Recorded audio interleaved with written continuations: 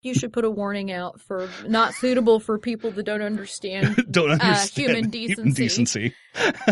This podcast contains adult content. Are you on crack? Welcome to the James Chambers Show. I'm your host for this podcast, James Chambers. And this week we've got something special. I have a guest co-host in studio, and I am very excited to have my friend Kate sitting across the headset from me here. And we have a great show lined up for you. So, Kate, welcome to the James Chambers Show. Thank you for having me, Marshall. I am super excited to have you here. This will be a lot of fun. We've got a couple of different segments for you today. We're going to talk about the Alex Jones deplatforming, which I think we'll hit first. Then I'm going to circle back to Chris Collins and his corruption and the amount of money that he was able to save his family with insider trading. And then I think we're going to hear a little bit about a news story that just came out this last week about yet another priest sex scandal in Pennsylvania, I believe. Yes. And then we will go around to our last segment where we're going to talk about the big A, atheism. It's a jam-packed show. That's a lot of topics. We've got lots of ground to cover. Normally I do one big thing, maybe two. This will be, I think, a different style of show for both of us and hopefully for you as well. All right. So first and foremost, last week, Alex Jones was deplatformed off of Facebook, iTunes, and Spotify. And in those situations, they kicked him off. At least Facebook started by kicking a few of his videos off their service. And then Spotify removed all of his shows off of their service. And then iTunes started by removing a couple of bits and pieces. And now they've removed 5 of his 6 podcasts that was on their network. Oddly, Twitter did not ban Alex Jones. They essentially did nothing about it. They held off and they kind of waited till these other social media networks did their thing. And now Twitter has just, as of today, said that they are going to ban his personal account for 7 days. All of his old tweets are still there. Everything is still there. He just can't actively tweet on their platform for 7 days. So if you don't know anything about Alex Jones, here's a sample. I'm Alex Jones in Austin, Texas. I'm just an average fighting Texan. I'm a man. I'm a Canadian. I am a Christian. I'm a Jew. I'm friendly. I'm nice. I'm a white guy. I'm ready to kill. I'm a primitive. I'm like a raccoon in the garage. I basically am a fraud. I'm for real. I'm a policy wonk. I'm a patriot. I am 1776. I'm liberal. So Alex Jones obviously is a well-known trash artist who traffics in lies and conspiracies, fear-mongering. He's a very venomous media person. Personally, I think he's vile. He claims to be performance art, but I don't believe that for a second myself. I think that even if he is performance art, he's still creating the character, and that character is vile. So either way, I think he's a terrible person. I absolutely agree with that. And Actually, I have a real issue with him even claiming performance art because it takes a lot to carry on that persona for so long, and each story is more disgusting than the last. And louder. And more vigorous. And I don't know that the first time I ever heard about Alex Jones was after the Sandy Hook, massacre, but I just remember being outraged hearing that this fat, balding man that probably lives in his basement most of his life. And I don't mean any disrespect, but I mean, where else do you come up with this crap? You know? But that has obviously no connection to reality, whether that's a choice or a mental condition. I don't know. I couldn't say. But when you propagate and push these kinds of stories, 26 children were not created and disposed of by the government. Right. And the whole thing about the parents were crisis actors. They were actually in league with anti-gun movements, anti-gun protesters who were being backed up by the federal government in order to, this whole false flag operation in order to ban guns across the United States, and that kids never existed. Right. It's completely fucking insane. It's lunacy. It really is. It is. So one thing, okay, and actually I have something about that specific issue here I will talk about in just a second, but one thing that I mean, we have to go back even further when he started talking about the September 11th attacks and how that was an inside job, and that kind of launched him forward from there.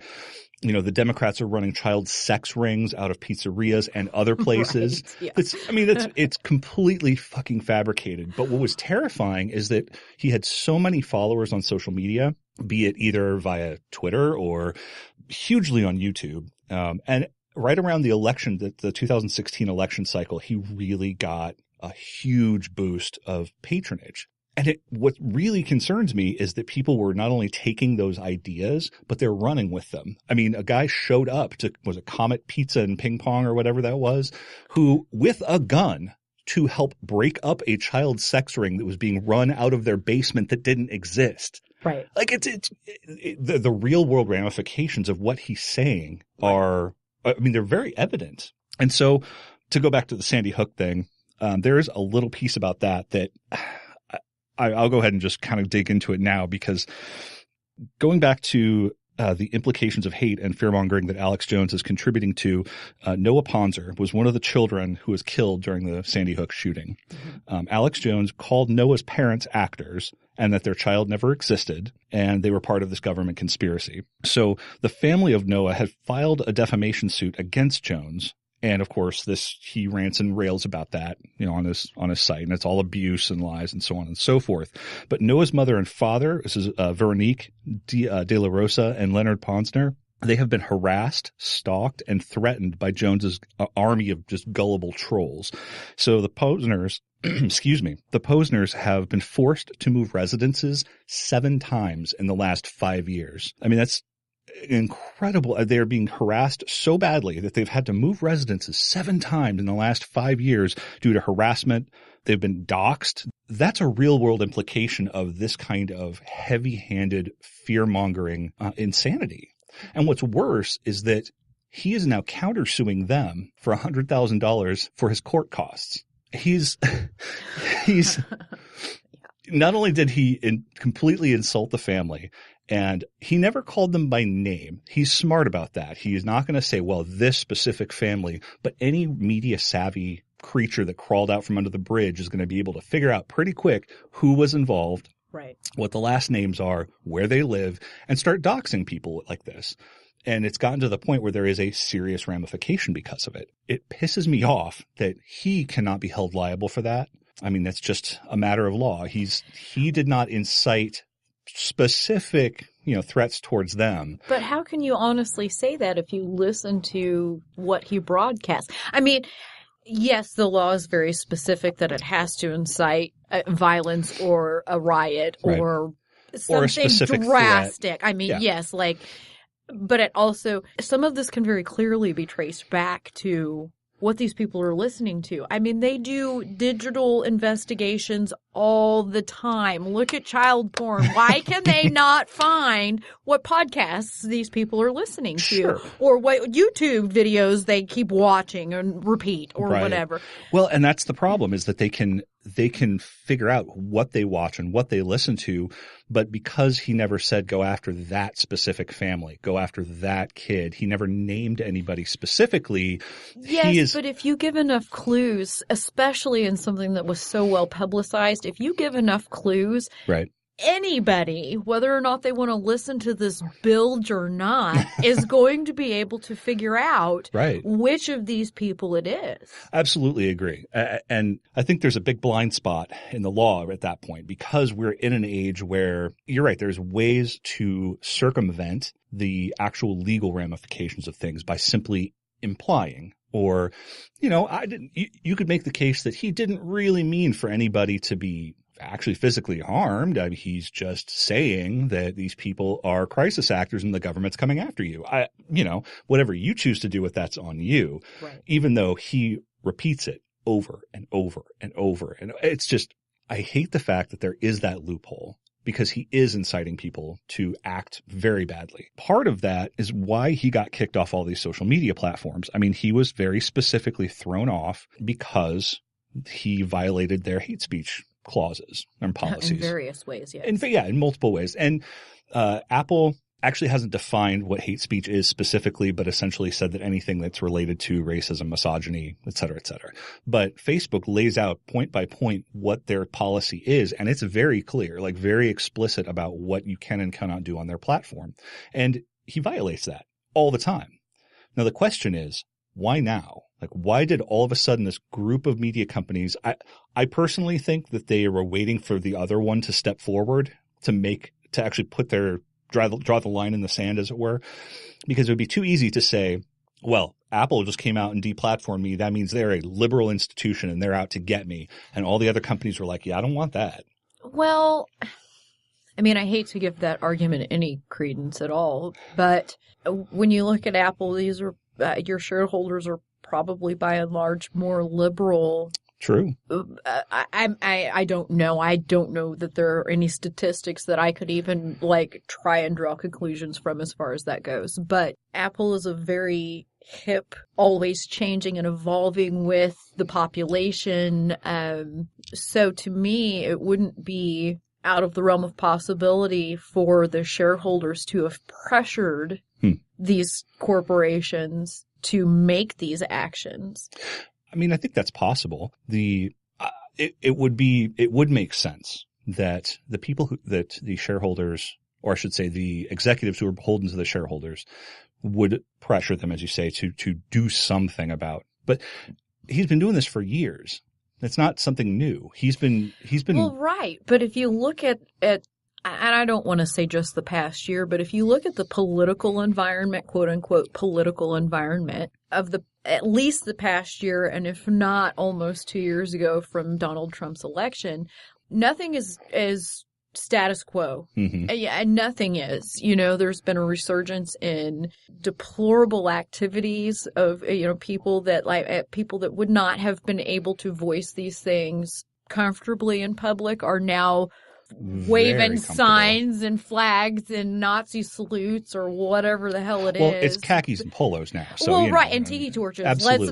Let's not forget the tiki torches. I thought, you know what, this is a very hipster movement. It was. And I was very confused. I was concerned about the tiki torch industry myself. And so this could actually be a boon for the tiki torch manufacturers. Jobs. Right. Donald Trump is bringing back jobs. And this is how he's doing it. But are they very savvy. But are they really made in the United States? I highly doubt it. Probably not. I mean, just the oil. Well, maybe.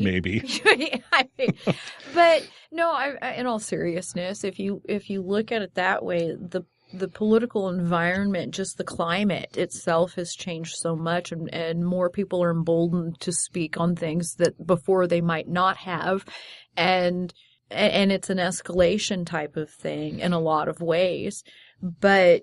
Let's hone in onto the idea of, is this actual censorship or is it not? Is this something that is justifiable, or is this something that's a slippery slope? Well, I think it's interesting that you ask it that way, because I have very conflicting feelings about the entire thing, because I personally think he's disgusting, and any mention of his name just really makes me angry. I don't want to hear it. I don't care, because I know it is utter bullshit. It's like Rush Limbaugh on steroids.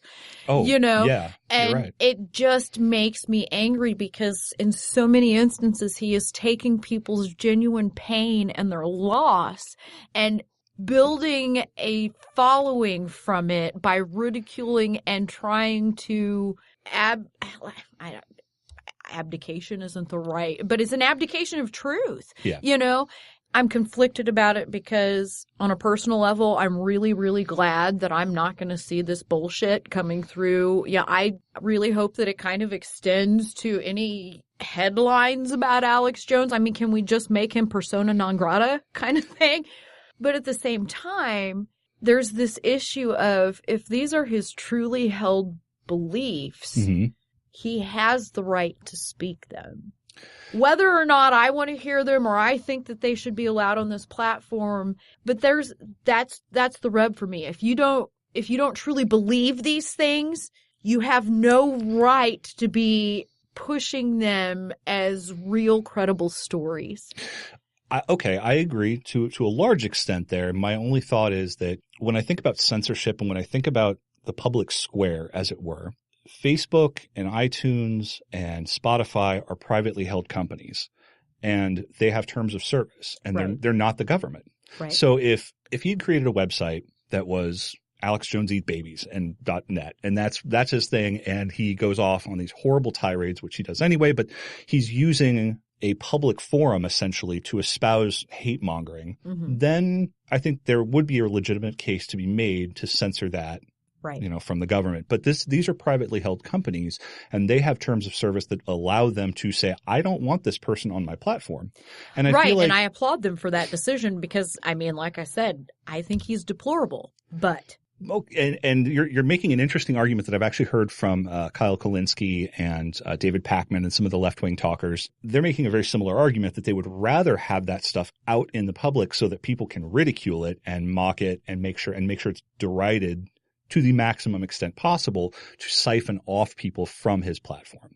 And there's a case to be made for that. I think on a fundamental level, these companies have the responsibility to follow through on their terms of service. And Facebook is not the public square, right? It's not the street corner. What it is a shopping mall, right? Well, it's essentially a sign in the window that says we reserve the right to refuse service to anyone. Yeah, exactly. And you go to a place where there's a multitude of ideas, and if you act up, the owners of that establishment has the right to throw you out. Right. And I think that it's weird for me to be arguing from like a quasi-libertarian point of view and like going from the corporate side of this, but it's odd for me too, really. It really is. I'm like, but I am understanding exactly what you're saying. Like, as deplorable as I find I don't know that he said anything ever that I've ever entertained as reality. Right. But I do think that in some ways we shouldn't be stifling him because, and to me, again, I think are we stifling him?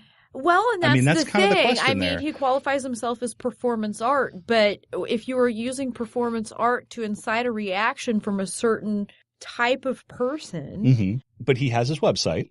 Both of the InfoWars apps are still available on the iTunes so he iTunes has his store. Platforms. He still has a platform. They have not taken his apps down on Google Play or the App Store. So and actually the numbers for those apps have surged. They've gone through the roof. Well, that's disheartening. Well, but I mean all the people who are listening on or watching on Facebook and YouTube are now switching over so they can still get that content. So I can understand why he'd get a bump in the numbers, but he's not been truly exorcised out of the sphere social of conversation. Media, he still has a platform. Readily available. Oh my God.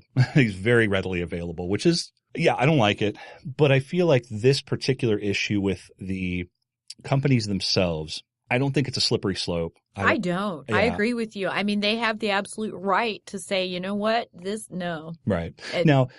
Kulinski and Pakman and others are arguing that these companies should be regulated like public utilities. And I actually will disagree with that too, because they are still private companies that are they're publicly traded. Right. Now, I completely agree with the idea that the internet itself should be treated as a public utility because it is so necessary in today's day and age that it's the same equivalently important as power lines and sewers and everything else that we need as for infrastructure. And the internet is no longer an optional thing. Right. So if you want to say, not you, but if people want to say that their portal to the internet now needs to be treated the same way as the internet itself, I would disagree with that because that's taking what a private company does in the marketplace and making it something else entirely. And then you can do that with anything. And I am definitely a far left progressive. I mean, that's for sure. And you know this. Yes, I fall in that spectrum myself. Yeah. And so that's okay. Yeah, sure. And I've been starting to follow like the new breed of Justice Democrats and like all this kind of far left, thing that makes a lot of sense. But I actually really hate the fact that we're considered far left. Oh, I know. Yeah. I don't necessarily mean that I don't feel like our ideas are that radical. It's how they weaponize it against us. Like, we want this, we demand this, and you haven't earned that. Right. Is really what they're saying, but that's not what people are hearing. They're like, oh, they want to give handouts. Right. Well, yes and no. Right. Everybody's paying their part. Everybody gets their share. Exactly. And it's kind of like, and I know we're drifting off topic a little bit. No. It's a legitimate topic. And I think that when you put everybody on a level playing field to start with, the outcome, we don't want equality of outcomes. We want equality of beginning. It's right. like allow everybody to be healthy, educated, and to have a livable wage. And whatever they make for themselves out of that is their responsibility. Right. So, I don't care what your outcome is. I hope that people do well, but I think that if as a baseline in a modern society, at the wealthiest society in the world, the minimum we can do is to start everybody with a fundamental baseline of equality. Right. Absolutely. And if you look at a lot of the educational studies that have come out, and they've been coming out for years this way, but they just keep reconfirming themselves. The biggest indicator to educational attainment is family wealth. Yes. Yeah. And so when you have a very rural community, which there are several around us, right, that don't necessarily have ready access to the internet, when all schools are moving to digital platform learning, right, they're being issued, Chromebooks or iPads or whatever it is, it makes it very difficult. You can't succeed that way because those don't come with a data plan. Right. Exactly. And they are also, alongside that as well, is food and food insecurity. And right. if you have how many kids in this community are on, we call them around here the buddy pack programs, where they get once a week, they get a backpack or a bag full of food that's supposed to help supplement them throughout the school week. How many kids are needing that assistance? How many kids are out there who actually aren't getting a decent amount of nutrition so that they can function in a real solid way? Right. Those people are not going to necessarily be contributing members in society. Right. And they can very easily fall through the cracks. And there's no reason to even have cracks when nobody bats an eye when we're literally now going to spend like almost $1 trillion in military spending. We just increased it by $70 or $80 billion. Nobody bats an eye about the deficit when it comes to that. But when you say Medicare for all, well, how do you afford that? You fund it with taxes. I'm sorry, what? Taxes. They're this wonderful thing that the government collects from you and pays these benefits on your behalf. That's stealing, though. Oh, no, it's not. I mean, because you can pay for it throughout the year and have these benefits secured, or you can wander and go bankrupt if you have a catastrophic injury or illness. Well, when you put it like that, it makes a lot of sense. Well, and so let's circle this back around. I think we've kind of got our ideas down with Alex. I think he can be set to a side. He deserves to be deplatformed. The companies have the absolute right to do it, and we can, I think, agree that there is no issue of censorship in the traditional legal sense. No, I would agree with that. He's being ostracized by a certain and segment. rightfully so. And rightfully so. And actually, when you were talking about the doxing earlier, I actually had a thought that I wanted to share, but I didn't want to interrupt. One of the strange and wonderful things about that is that it can be used in a lot of ways to cause good things. People are being exposed for their heinous actions. However, as you said, it can be used against victims. Right. And that's not just the only situation. I mean, it happens across all industries, mean, if you look at the female game. Right, the whole Gamergate thing. Yes, the whole Gamergate thing, which was, it feels years like forever ago now. So much has happened. It happens like every day. Last year feels like forever ago. Right, exactly. I'm how many centuries old? But no, I mean, if you look at those kinds of, it's not an issue that goes away. It just adopts a new area and I don't know if it's that things are being exposed, but I do think that people that are committing heinous actions behind a shield of anonymity should be. And actually, if they go out waving proudly their tiki torches in Charlottesville, saying Jews will not replace us, you deserve to have your employers called and being like, do you know that this dude is doing this and he proudly has your company on his Facebook profile? Right. Yeah. That's... and the consequences, I feel, if you're going to do something so publicly, you should face the consequences no matter what they are. I would agree. I think that we have to be careful about that line because it can go right the other way. We've seen that with the Me Too movement and people within that movement being harassed and called liars. And, well, it's never an easy path for the people that are seeking justice. Right. Yes. It is much easier to attack them. Whatever kind of oppression it might be. Right. Agreed. Well, speaking of corruption and oppression and all those other fun things that we don't like, let's talk about insider trading and Chris Collins. Chris Collins is the Republican congressman from New York's 27th District, and he's been that way since 2013. He also sat on the House Energy and Commerce Committee, and he's the first congressional supporter of Donald Trump, so that kind of indicates his character bias. Well, I would say that's indicative, isn't it? It is, quite. So last week on August 6th, he was arrested for insider trading and wire fraud. He turned himself into the FBI. Federal prosecutors have indicted Collins on 11 felony counts. Essentially what happened was that on June 22nd of 17, he was at the congressional picnic at the White House. While he was at this picnic, he got an email from an Australian company, which is I can never say this thing correctly. It's Innate Immunotherapeutics from their chief executive. And they found out that an eagerly anticipated drug trial that had just gone to testing was a complete failure. And so Collins, and this is a direct quote from his email, says, "Wow, makes no sense. How are these results even possible?" The question is, why did he get the message in the first place? Right. Well, he sits on the board of directors and is the largest shareholder of Innate Immunotherapeutics. Remember that he also sat on the House Energy and Commerce Committee, which directly oversees all of the business dealings in the U.S. of companies just like that. So within minutes, Collins had connected with his son. His son is Cameron, and directed him to dump all of his shares of Innate. And then Cameron held also millions of shares of this company. And this has all been verified by phone and text records. By doing that, they dumped all these stocks, and it saved them about $700,000.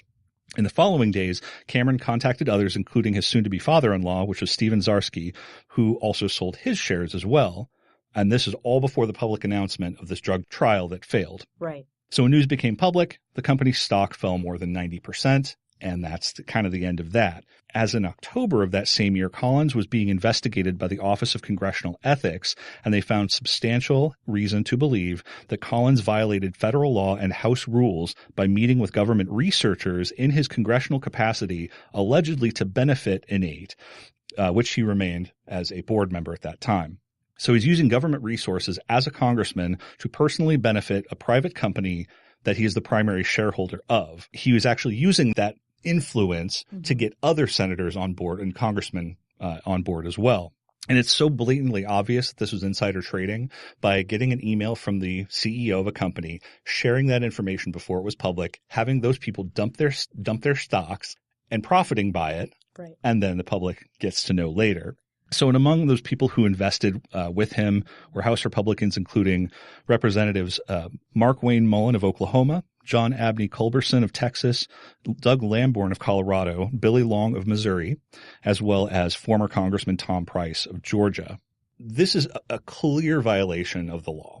I mean, it's open. It's really an open and shut case.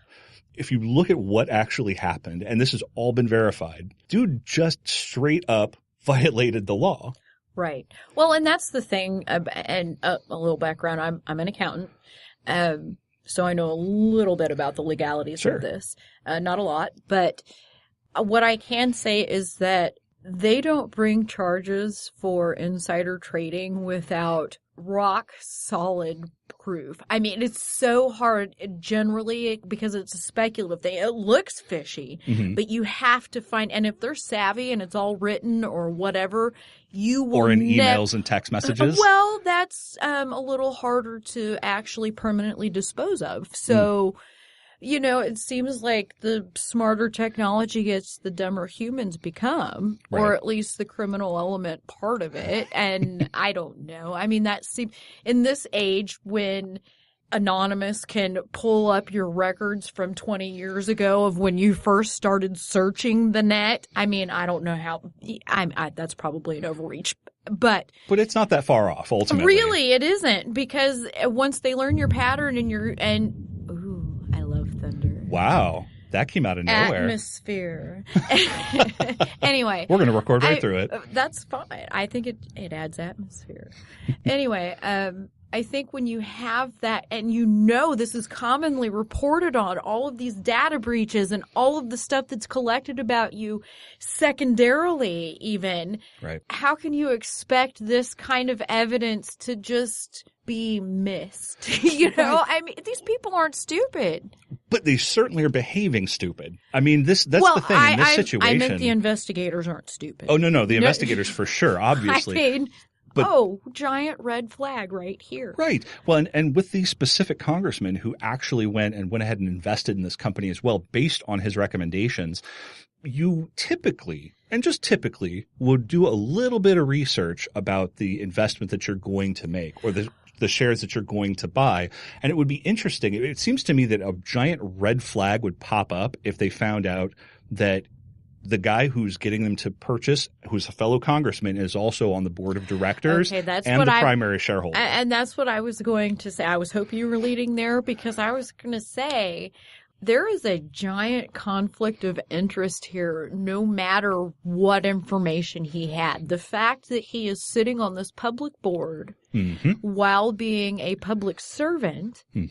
And like I said before, I am an accountant. In my industry, the appearance of a conflict of interest is a conflict of interest. And you have to recuse or divest yourself of whatever. I don't know why you feel like you could effectively serve as a public representative in a congressional district. Right.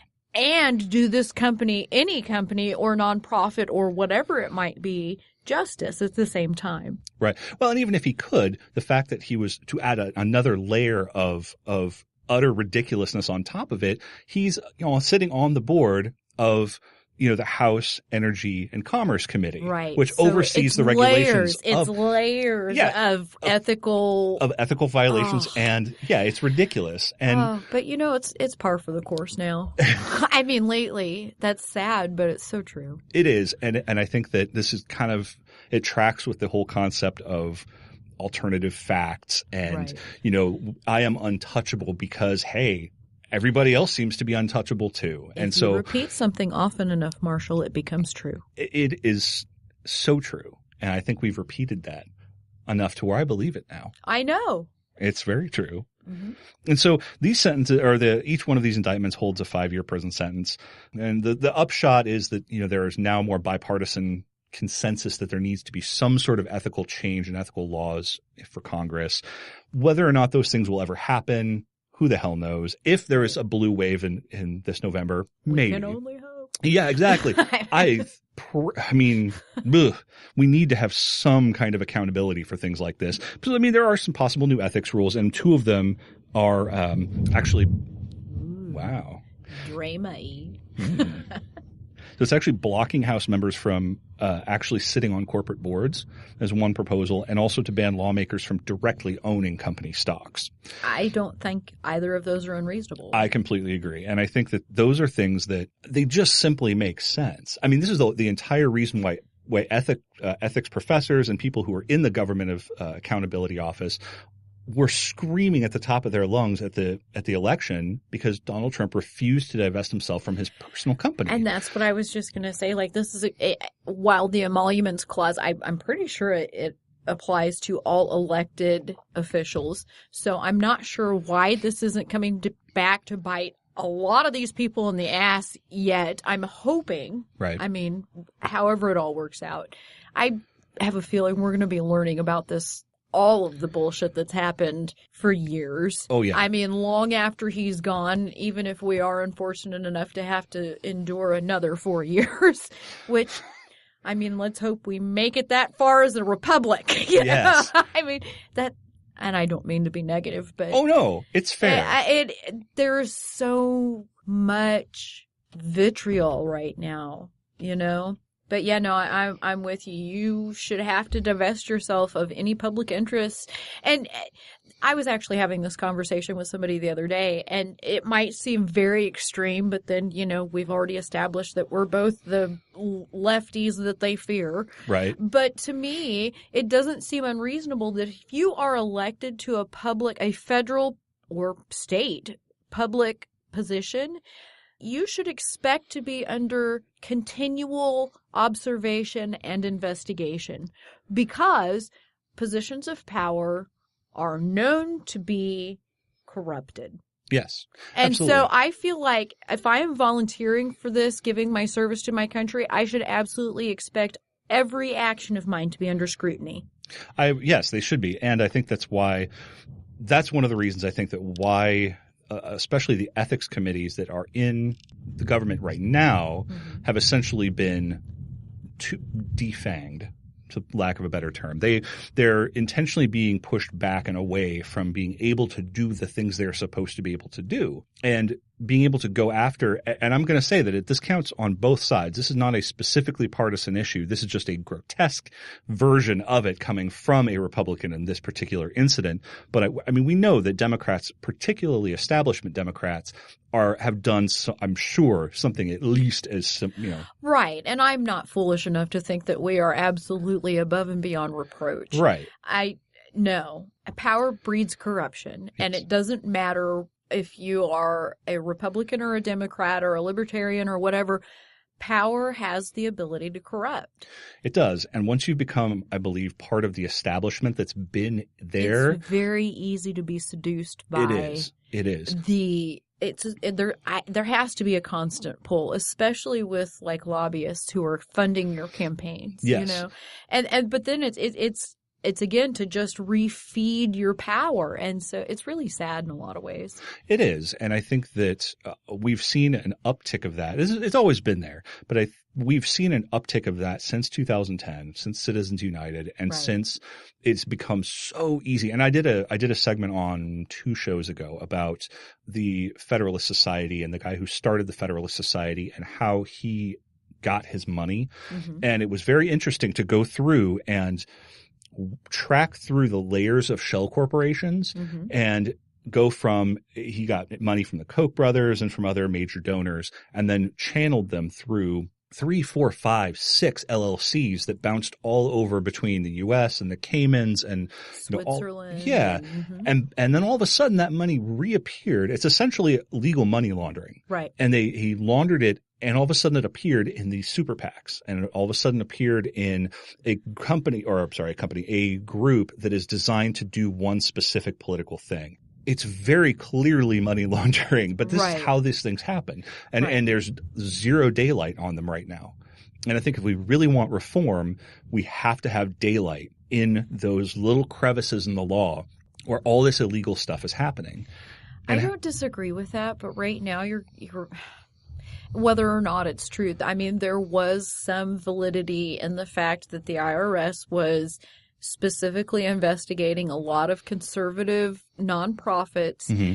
However, that was not at the directive of Obama. This is because these 501c3s had thrown up these red flags with their financials or their political activities, right. Whether it was through the news or whatever.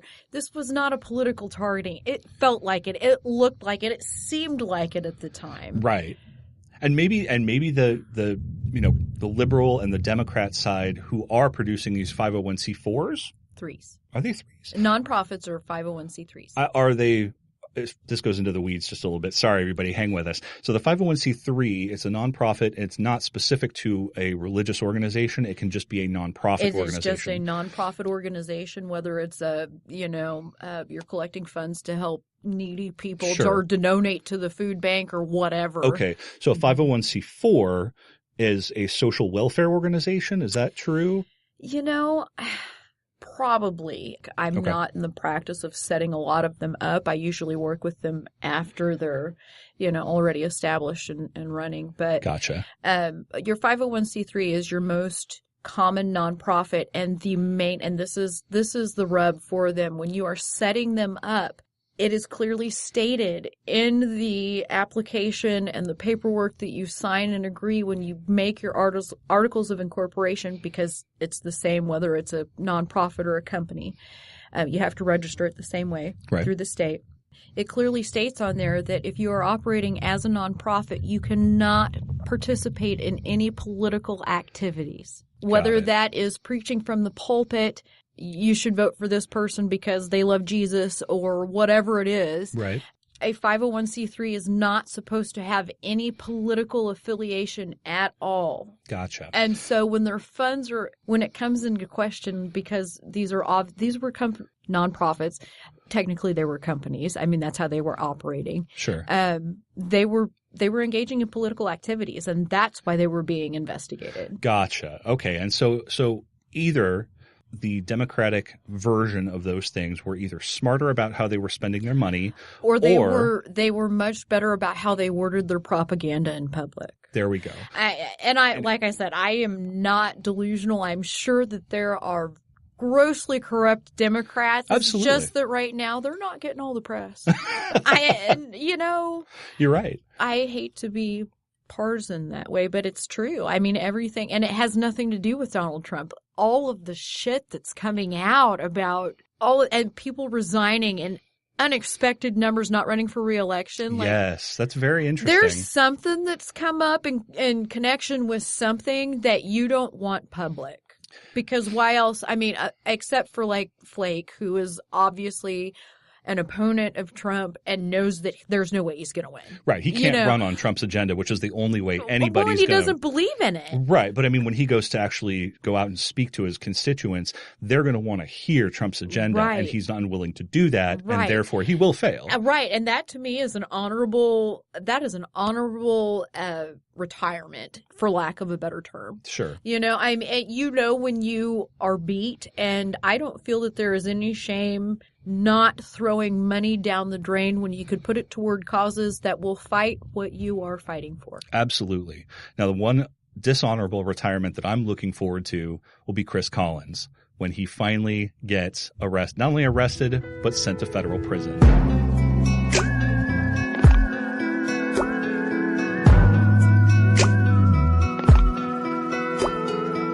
Catholic Church.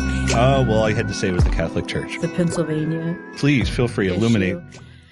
So, hey, everybody, this is James. I'm just going to chop in real quick here. And Kate and I had a great conversation about the next topic that we're going to discuss, but we got some of our facts wrong, and some of the facts hadn't been released yet, as we now know. There's a few more things. So I want to just kind of clear up what the facts are. That way you have an idea of what we're talking about. And then I will leave our discussion, because the discussion is still relevant, but the part where we are actually kind of discussing the story, I think, is now a little bit outdated. So, and this just goes to the news cycle. It's amazing how fast things are going. So we had a conversation about the priest abuse scandal in Pennsylvania, and the grand jury report detailed a massive sexual abuse and corruption scandal about a week ago at 6 different Pennsylvania dioceses. 300 predator priests had abused over 1,000 victims. And these are prepubescent boys and girls ranging from, like I said, childhood all the way up until their teenage years. And this spans over the course of about 80 years. And so we're looking at generations of family and decades worth of time and cover up. They raped both boys and girls. That also ranges in terms of leadership within the church, all the way from monsignors to auxiliary bishops to archbishops to cardinals. And some have actually even been promoted within the church, even though those allegations had arisen against them. And the grand jury called this cover-up essentially a playbook for concealing the truth. Now, this next little section, I'm just going to warn you, I'm going to report a few things that came from that grand jury report. And if you have a sensitive constitution, then just, turn your volume down for just a moment. But if you want to know the kind of abuse we're talking about here are some examples. A priest had impregnated a 17-year-old girl. He then forged a marriage certificate so that he could marry her. And then he divorced her, of course, just a few months later, another priest groomed middle school students for sex by telling them that Mary had bit the cord of Jesus after birth and had to lick him clean. One, that's just fucking disgusting. But two, can you imagine, like, how do you utilize that as a way to entice or to condition children to do sexual acts with you? That one boggles my mind. A priest abused 5 sisters, of course, 5 sisters in the same family, and collected their urine, their pubic hair, and their menstrual blood. Another priest raped a 7-year-old girl in the hospital after having her tonsils removed. The victimization of these children is so intense and so clear that it is really disturbing that almost none of these priests have been held accountable. And this little last one I think is interesting. This priest, he abused several boys, and then after he was found out, he was then given a recommendation to go work at Disney World. You can't make that up. This whole thing it's infuriating and it boggles the mind. But I wanted to sort of reframe our conversation in such a way that you understand how significant this is.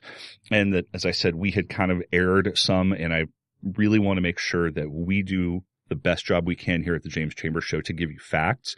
So from that, I'm going to esch you into the conversation that Kate and I had the other day, and hang tight, and here we come. I think the worst part about this is that these people that have this tremendous faith in and the respect for the ritual and all that it demands, particularly Catholicism, there's so much tradition and dogma that goes with it, that it was kind of stripped from them in a way, because if you can't trust your priest, if you can't trust your spiritual guide, who can you trust?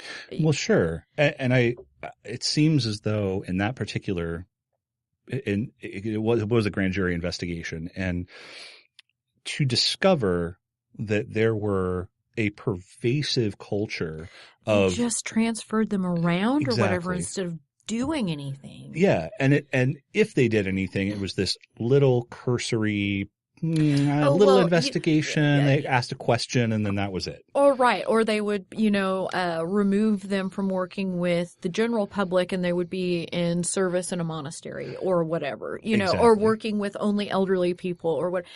But what's so disturbing about this is the fact that this culture was ever allowed to be established to begin with. Absolutely. And how, when it was discovered, it was allowed to continue in such a pervasive way that allowed for more children to be abused down the road. Right. And when you have that many priests essentially just being shuffled, being dominoed around, right. You are just quite literally ignoring the fact that you are taking child molesters and just sticking them in another place where they can molest children. Right. You're introducing them to a new population. Exactly. And so, of course, you even if one kid gets molested one time by one priest. That's way too many. It's too many. Yeah, absolutely. And that cuts across the board with child molestation overall. Right. But in this specific incident, you have 80 years of history. 80 years. And who's going to be indicted? You know what? Who the fuck knows? Probably no one. And probably no one. And that's what's so scary. I heard today, and it was just a quick thing on the radio, that the archdiocese, I can't remember, somebody higher up above than that one diocese, more of something on the Pennsylvania state level of the church, said something to the effect that it was a moral abomination. And you know what? That's kind of always been their response, which is really not a response. Yeah. I mean, that is obviously, you should be in horror. That is a moral abomination, especially from a spiritual leader. And you know what? I don't mean anything against Catholicism specifically, but I think anything that expects the messenger to be chaste and purely godlike, and they're not supposed to have any urges. That's not realistic whether or not you're a pedophile. Right. It's just not. And so I think in that way, the Catholic Church has always been a little archaic for me. Like, how can you have a priest? I mean, yes, maybe they're asexual or maybe they don't have that desire or whatever, but how about just letting the priests, just allow them to get married? If they were to allow let them have a life. Yeah. They would probably more effectively serve God if they were able to live a life like God intended. I'm not sure that God intended anyone to be chaste. I don't really think that there's I don't know of anything you can point to. Well, my thinking on that is otherwise procreation wouldn't be contingent on sex. Right. Exactly. Then it would be intention based, not. Which is theoretically what a lot of people expect that people, if you're in a religious group, whatever that religious group is, sex is portrayed as an intentional act, right, because you are going to be procreating. That's right, the point, and nothing outside of that is acceptable. Right, but that's not actually what human nature is. Well, it's not what nature is. I mean, you can look at any animal, species across the planet, and somebody in there is either fornicating or masturbating or doing something, and we are part of that animal kingdom. They are deviants. Very, very much so. We should burn them at the stake. I mean, it's so silly. Depends on what you like. Well, this whole thing with the priests is so. You know what? I hate to say this, but I think that more than anything else, I was surprised that I wasn't surprised. Because this is something that we know happens in this culture and we know has been held as quietly and secretive by the church for decades. And so it does not surprise me that there is this pervasive culture in this one diocese of sexual misconduct. I wish I could be shocked about it. I'm shocked about the scale of it, but I'm not shocked about it happening. Right. I think that was my biggest thing was – obviously not that it's happened because it's like another school shooting, you're just kind of waiting for the next report, God damn it. Isn't that terrible? Yeah, no, it is. It's just you're resigned to your reality anymore. But I'm the same as you. I was like, 80 years. That was what I was like, 80 years. I'm not shocked that this was a Catholic priest pedophile ring. Yeah, we actually have a real. Yeah. But that's where I was like, 80 years. That was the thing to me. Well, I mean, it actually in a way makes sense because way back then, it all goes back to power and corruption. And if you look at really any religious society, whether it's Catholicism or the Baptists or pick your faith, right? Power breeds corruption, right?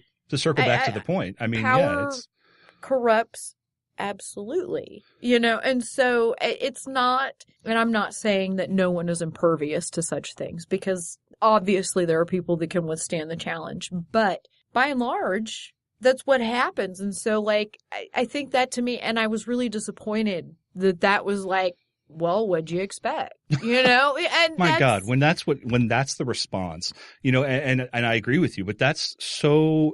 When the response is, saw that coming. Right. I mean, and it's about child molesting. I didn't know that it would be Pennsylvania. Did you? But yeah. What's funny to me, and it's funny, not funny, is that, Pizzagate, Democrats are running child sex rings with no evidence whatsoever. Complete bullshit. And people are taking guns to a fucking pizzeria. And yet they go and you do a report and you find out it's the Catholic Church. And yet now Alex Jones isn't going to cover that. Sean Hannity's not going to cover that. No. I mean, it has nothing to do. Hannity is Catholic.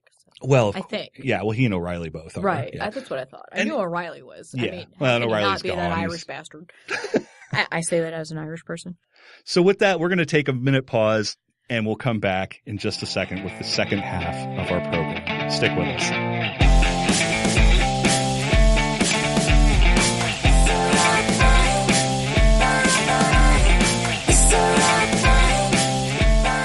Welcome back to the second half of the James Chambers Show, in with our brand new co-host, Kate, and thank you again for sitting in with us. I'm really enjoying this. I am too. I think this is a lot of fun, and I like talking with you. So this has been a treat for me, and I really appreciate it. So we're going to talk in this last segment about something that is going to be very controversial for some people and probably not controversial to others in this audience. And so we're going to talk about atheism and what atheism is fundamentally and what it is not, because there's a huge contention about what atheism is and what it claims or doesn't claim. And I really think that there's some important differences we need to discuss within that realm. And for myself, I have not actually spoken to very many people about this, and I have not spoken to anybody but a couple of my family members and a very select few of my friends and my wife so I have over the last couple of years been kind of dodging back and forth between agnosticism, and I've never been a Christian. I've never been a believer per se. My mom and that side of the family tried to kind of eschew me into that life because that's how they grew up. And so, and that's fine. I get that, but it never sat completely well with me. My father, on the other hand, was he claimed himself to be agnostic and spiritual in the big S spiritual sense of the word. So there was never a hard push from him to even garner any religious aspect. He said that he would rather me choose my own path in that regard so that I wasn't constantly trying to fit a round-shaped peg into a God-sized hole. Right. And I agree with that. And I really appreciated that from him. It allowed me the flexibility to think on my own. Right. And so for the longest time, I thought about what we are and what life is more as a function of, one, I don't know, but beyond that, we're more of than the sum of our parts. Right. That's kind of always felt intuitive to me. And so therefore I adopted that spiritual aspect without actually atoning it to or supplying it with a God. That never seemed to be quite the right answer. In the last couple of years, I have definitely wrestled with that. And the more I thought about it and the more I really read and watched and listened to other people talk, and one thing I really enjoyed watching is The Atheist Experience, which I think is a great call-in show. It comes from Austin, and listening to debates and kind of wrestling with these concepts. And I realized there's nothing in this life that cannot be explained with skepticism, reason, and scientific foundations. Right. And there's just simply no need. There's no need for an overarching father figure. Right. There's just the implications of that are so odd when you really think about it that I cannot accept that as a possibility without evidence. And I don't find any evidence to support the God claim. So that's the great thing about evidence is that it's the burden of the person saying that it is so to produce the evidence. Absolutely. Absolutely. And that is one thing that we're going to talk about a little bit. And I guess so I'm officially coming out, as it were, as an atheist. Welcome to the club. Thank you. The weird thing about that is it is unburdening. There's so many things you just don't have to fucking deal with anymore. Right. And there's no need to deal with the inconsistencies of scriptures versus beliefs versus actions versus what people say about their actions and belief and their scriptures. None of that matters. Right. And it only matters insofar as your relationship to them matters.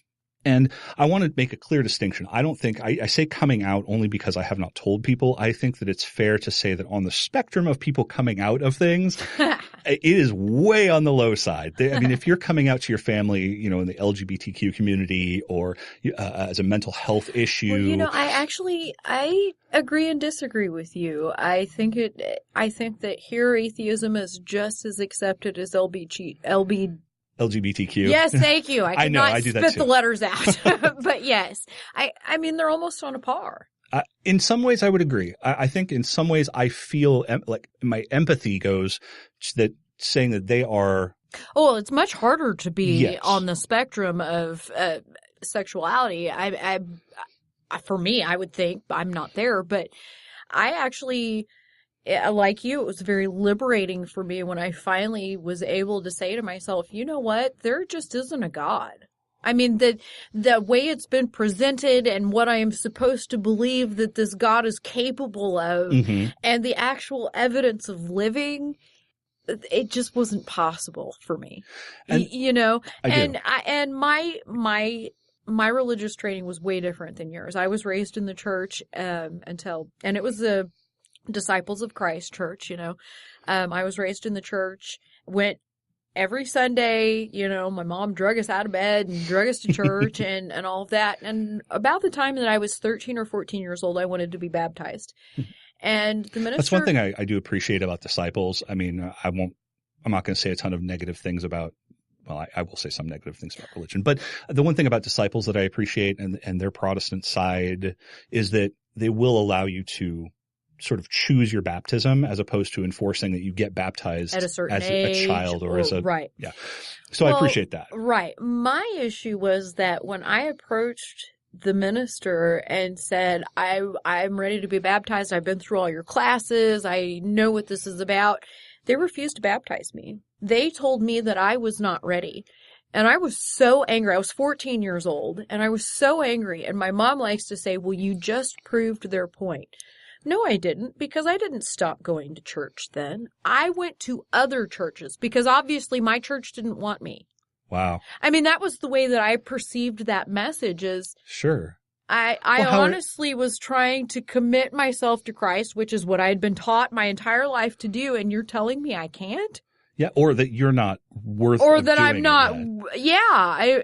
Okay. That's so I did. I went to church with every friend I could possibly go to church with. I explored every religion that I could be exposed to within, you know, reason. And I never found any, I mean, I found a lot of things, bits and pieces that made sense, Mm-hmm. but nothing that fit. And maybe that's too arrogant of me. Maybe religion's not supposed to fit. You're supposed to fit religion. I don't think that's the way you're supposed to live. Right. I disagree with but that. I think that's, I mean, some people do actually think that, you know, you conform to your expectations as opposed to changing your expectations, which I think is just really sad. But after I, you know, graduated high school and all of that, I did this all through trying to find this place that I felt like it made sense, you know, and nothing, because there was always somebody or some group that wasn't worthy. And I'm like, that's not, and maybe I just completely like discarded all of the discriminatory things in the sermons, but I don't ever remember being taught to treat anyone under any circumstances as lesser in any way. And so we love everyone so long as you're not gay. I don't understand that. If we're all made in God's image, you know what I mean? So absolutely. Like there were a lot of those intellectual differences that I just couldn't get past. I struggled with that same idea for a long time, is the idea that if we're all valuable and we're all worthwhile, and there is, it's an older idea now, but it's the whole omnipresent, omniscient God. And that's what I was taught. Right. And they've transitioned that a little bit in language, but still that's what specifically Christianity Your name teaches. is in a book and it has your life has a certain link. Then, right. Right. And all of that stuff. Yeah. Yeah. How does he keep track of everyone? Well, he's God. Well, So, you know. and it's only the Christians. See, and what's interesting to me as well with that is when you look at all of our history, humanity's history, and let's just take a small little chunk of it when we're talking about, say, the Enlightenment or certain areas where our cultural and intellectual development has jumped forward, all of those things that we attributed to God as being the reason why X happens no longer needed to be. It turned out that, it was because of Y. And we discovered what that is. Biology or chemistry or geology or right, exactly. Whatever. Any of the natural sciences. Did this. Yeah. Any of the natural and theoretical sciences have encroached on that area where the big G God is supposed to exist. Right. And so then you have these diminishing returns of what God is capable of, the God of the gaps fallacy. And to me, that's not possible. If you are God, you cannot fit into that because. Well, as presented on such platforms, no. I mean, if he's all knowing, all seeing, he determines the beginning, end, and basically the general content of your life. I mean, there's supposedly free will, but apparently free will to not believe in Jesus is not included.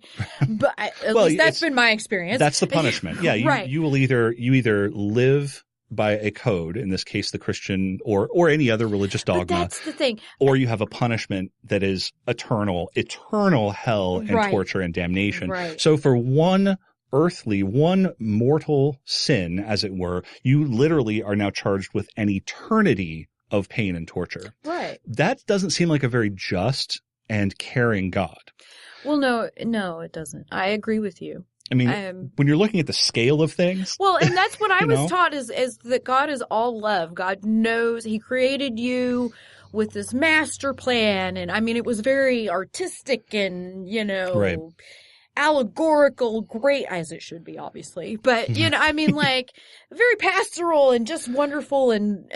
But the reality of it is not that. I mean, and I think that my first real challenge with it was my freshman year in high school. My sister's best friend died in a car accident. It was this freak snowstorm. We had almost 2 feet of snow. She was the only fatality in the county. I mean, just like these one thing on top of the other, like, oh, okay, yeah, this was obviously God's work. It was obviously her time to go, and it was so hard for me to deal with. And I thought, well, you know what? Okay. And then the next year, like, there was another death in the same month, and almost the same date. And I'm like, okay, this doesn't make any, why is it like repeatedly on these occasions that already are painful for you or whatever? It seemed like everything that I was being told as I experienced life that, well, you should be really just grateful for all of this terrible pain that you're going through, whether it's on the minor physical level or to the deep existential level. Right. Thank Jesus that you're experiencing it. Well, you know what? If Jesus is who you say He is, I shouldn't be feeling this. Right. Well, and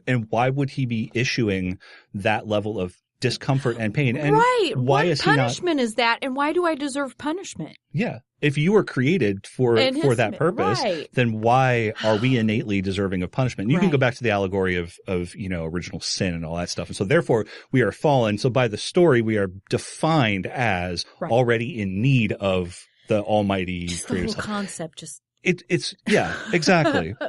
So what I've discovered, and dealing with myself and dealing with some other people, and this is how you know that we are for sure a Christian nation. We're not founded as a Christian nation, but by statistics, we're like an 80% Christian nation. People, that's how we subscribe to religion in this country. When you say that you do not believe in a God, or you are an atheist, or even you have questions about it, people think about you differently. Oh, yes. The moral question judgment. Right. Yeah, whether or not you can actually make sound moral decisions because you're not directed by God. Right. And that is one thing that I really kind of struggled with, because I was in fear to a certain extent of. Oh, no, that just pisses me off. Oh, and the more I thought about it, the more it pisses me off too. And I will just say this, that I actually, and this was before I really solidified where I was having a conversation with, I'd say, a second tier relative. It's not immediate family, but it's Right. within close-ish. And this person and I aren't particularly close. For whatever reason, we just aren't particularly close. We were having a conversation online, of course. In part of that conversation, being an atheist kind of popped up just in text with other things. And I just posed the question, well, what if I told you that, what if I was an atheist? What if I didn't believe in God? And their response was, yes, I would think a little less of you. At first I was upset. First I was a little angry. And then I stepped back and I thought, well, wait a minute. One, we're not that close, so why should I be upset about that? But the needle stuck in the back of my brain that person within my own family would make a judgment about who I am as a human being based on their religion. And I know it's a simple point, but it's one of those moments where you think about it for a second and think, wow, what if this was my mom, or what if this was my dad or my best friend? That's painful. I can counter that, because when I came out as an atheist, and it was really just in like a general conversation. I mean, that I'd kind of come to the conclusion a long time before, but it was never something that had really come up. I always avoided the church topic or whatever, I was having a conversation with my mom one day about something, and she said something about praying about it. And I was like, well, if that'll make you feel better, I mean, it's not going to accomplish, but if that'll make you feel better, you go ahead. And she was like, well, what do you mean? And I was like, I'm sorry. There is nothing about the superstition and the need for a sky daddy. And I don't mean to sound callous or judgmental or even like overly academic, but to me, if God, the entity, exists, they have nothing to do with religion.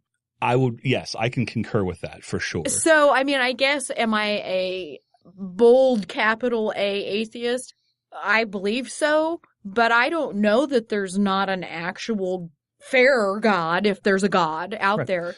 But that's exactly what atheism is. We don't know. And it's okay but to I say, don't believe there is. I don't. And see, that's interesting because that's when we go back to the fundamental, and I think this is where a lot of people have a sticking point with atheism. When they hear atheist, they automatically assume that you can't be moral, that you hate God, you are somebody who just completely denies that there is a God at all. And that's actually not truly atheist. No. So the definition of atheism is very, very simple. It is a non-belief in a God or gods. Doesn't mean that there is not one. It means that there is a non-belief in a God or gods. And that's kind of where I sit is, I don't know. I don't know if there's a God or not. I have no evidence to support the claim. And so therefore, to me, atheism is the default position. Right. Or at the very least, agnosticism, like you had said. Yeah. I mean, because it's what you're indoctrinated into against what reason's telling you. So that is the natural position to land in. Yeah. Is agnosticism. Well, and agnosticism, if you stay there too long, I tend to think that you've become a bit squishy on the idea. Oh, well, yeah. You just don't want to commit either way. Exactly. You want to please everyone. Exactly. It's not an intellectually honest place to be for the long term. For the short term, I get that. I was there for years, but. Right. And that's what I was going to say is that long and short term can be relative. They can be. Yes, absolutely. You know, what I think is so interesting is that people, to take this to a more conclusive level, is that an infant is by default an atheist because an infant has no concept of what a God or gods No preconceived notions about anything. Anything. And that is the default position for religion. When anybody says, I have a non-belief in that creator, for example. Well, that's the burden of proof is not on me. I don't have to prove the negative. You're right. You never have to prove the negative. It is the impetus is on the person that is stating the positive. Absolutely. I don't have the mental capacity to understand everything in the universe. Right. I don't know. I don't know if there's a God. And that's one of the things that just feeds. There are so many like logical and emotional pieces of it that goes into it. And a lot of it does have to do with life experience. A lot of it has to do with what you're exposed to. But to me, it's really a matter of logic at the end. There is not an invisible sky daddy that is holding heaven as reward over you to make sure that's a fairy tale that parents tell children to make them behave. Isn't it the same thing as Santa Claus? It is, or the Easter Bunny, or whatever. And we should separate between the ideas of deism or theism, really, and atheism, and separate that from the religion aspect, because the religion part that's a can of worms. I actually think that the religion part is the biggest part of the problem, because the actual, as it's attributed to Christ, the actual teachings of Christ, I believe are valid and very important, and everyone should try and live by them. And that is what I wish that people would understand about atheism, is that, there are some people that don't believe in anything and don't give a shit about anything, and they're just basically, I think of them as anarchists, you know. Well, you basically just defined anarchists. But then there are the true atheists that it's not that they hate society or that they think God fucked them over so hard or whatever. Right. It's just that logically, scientifically, this doesn't bear water. And when you try and attribute an emotional connection to it and make that part of how you conduct yourself, there's a disconnect there, because I think that you should love your neighbor as you love yourself. I think that you should not steal. You shouldn't murder. I don't believe in God. So where does that make me? I mean, you see what I'm saying? 100%. And that means that people who are secular can, and in fact, I've been exploring secular humanism, which if I have to pigeonhole myself as something, I consider myself a humanist. Yeah. And I as far as the research I've been doing, I'm sort of hitting more on the secular humanist side, but that's neither here nor there really, because they're essentially largely the same thing. Yeah. But it comes down to the fact that all of these things are a function of a social animal. That's what we are. And it's a fearful society is really what it was. And it was a way to make sense of things. At that time, yes. But humans did the social thing eons before the Christ religion came around. Right. So we have to ask the question then, is the moral side of it. Clearly, it doesn't come specifically from a higher being, or at least the God that people claim that it does. It comes from an evolutionary need for humans to group together and how we function as a group together. Right. And we have to not kill each other. You know, we don't go around raping each other. We don't go around. Well, you know, I mean, hopefully we don't. Well, there's always the outliers. Well, there are. It doesn't matter whether we believe or not. The fact is we don't go to our neighbor next door if you're just a normal human being and you knock them down and take all their shit. Right. Like, that's just not what we do. You don't throw rocks at their window hoping to, liberate all their crap. Exactly.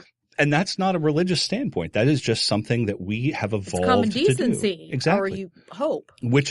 Which I would argue is an evolutionary trait. And so the idea that one of the things that I found so difficult with religion was that it demands that you not only question the validity of science, but you completely disregard what science has given us. Oh, yeah.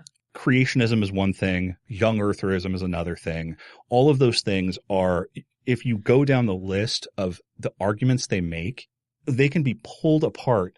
So, and not easily, but they can be pulled apart with science and said, like, look, you're making straw man arguments all the way down the line. Right. But they're convenient. Right. And I don't disagree with that. But what I would also like to add to that is that most of these arguments are being fed to them. They don't actually know any different. Yes. And it's because it's the argument for the argument's sake, because they don't have a science. And I'm sorry. I mean, I understand that you don't have to respect science in all of its varied fields and all of its findings. But you know what? Science has solved a lot of problems. We don't have polio for the most part anymore because of science. Yeah. I mean, just those kinds of things. But when you look to, they are not mutually exclusive. Science can exist aside, and I don't want to say religion, because I do think that religion is by and large the biggest part of the problem when it comes to faith. And I'm digressing, but I would like to state that in a lot of ways, I really envy people that believe in God, because it's like a security blanket in a lot of ways. It happened for a reason. God had a plan for this, even if I don't understand that. And I don't have that. I'm like, no. Isn't it so much easier? In a just society, in a world, this shit does not happen. Right. When you act these ways. Like, isn't it so much easier to look at a problem or a situation or this school bus bombing that happened in Yemen just this last couple of days, which was led by the Saudis who are backed by us. Not the point. But you look at that and think, my God, these are children who were murdered. So what did they deserve? Like, did they deserve that? Of course they didn't deserve that. So it's easier to think that there's some agency, there's some being or something that says, no, those kids are going to be taken care of. They were innocent. They're going to heaven. They're going to be, I mean, that's a much better place. It's a security blanket. It makes you feel better about the horrible bullshit that's happening around you and to you. Absolutely. And it gives you an excuse for if you fuck someone over on the way to your success. Yes. Because that's generally how that's used in my experience. I mean, right, not to go back with prosperity gospel, but exactly. Right, but no, I mean, and that's, We are meaning-making machines. We look for agency in everything possible. And you can go all the way back to, animist views about the tree spirits or the rocks or the sky or the sun. Those things, you displeased some sky god. Mm-hmm. And so therefore the thunder is coming and they're angry with you. So we need to sacrifice a rabbit. You know what I mean? We need on some biological level to appease something. And it's not rational. Not only is it not rational, but there's no evidence to suggest that even exists. Right. Anything like that exists. Right. And so it does not surprise me that people leap to that conclusion because that's how they're taught. And it feels better to think that there's somebody looking over your shoulder and taking care of you, that there's guardian angels and all this. Or all you have to do is say, I believe, I have faith in you, whatever you are, be it Christianity or anything else. And that is enough. That is enough for me to be saved in some form. Which is just crazy. It is. It divorces yourself from reality, right. And it's much easier. And it absolves you of any actual responsibility in your life. It does. And it puts a barrier between you and actually advancing your ideas and advancing your mind and advancing the thoughts about your reality and thinking more laterally about other people and what they could be going through. It's easy to say, I don't need to take care of you because you are not of me. Yeah, you're other. Yeah. And that's the thing. It's so... Every religion that I explored or whatever, there was always at least one group that was othered. Yes. And I'm sorry. I mean, as conflicted as my religious teachings were, and maybe that's just how my brain interpreted them, the one thing that stuck with me was we are all the same. It's a matter of the pigment in your skin. Right. And the circumstances and the area you were born into. Like, the rest of it is we're all made of water, and you know what I mean? Yeah. Like, we're all carbon-based life forms spinning around on this rock. Why can't we just embrace the fact that we're all on this rock together, and we can make it easier or we can make it harder? Yeah.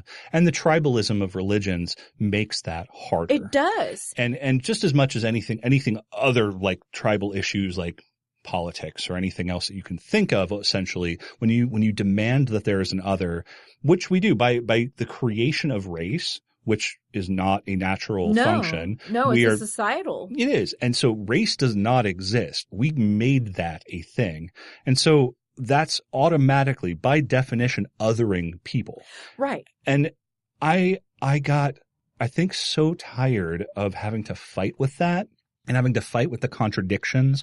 And especially because we are living in a largely Christian society, having to fight with those specific contradictions and the way people behave and the complete falseness that comes with the vast majority of people who say they're Christian but don't actually read the scripture or follow the scripture or have even read the Old Testament, let alone half of the New, and recognize that God's a mean bastard sometimes. Right. Like, that God he literally murdered the rest of the world and saved Noah's family and a couple of coupled animals. Right. It's like, how bad. How vengeful is this loving God that we have? Yeah.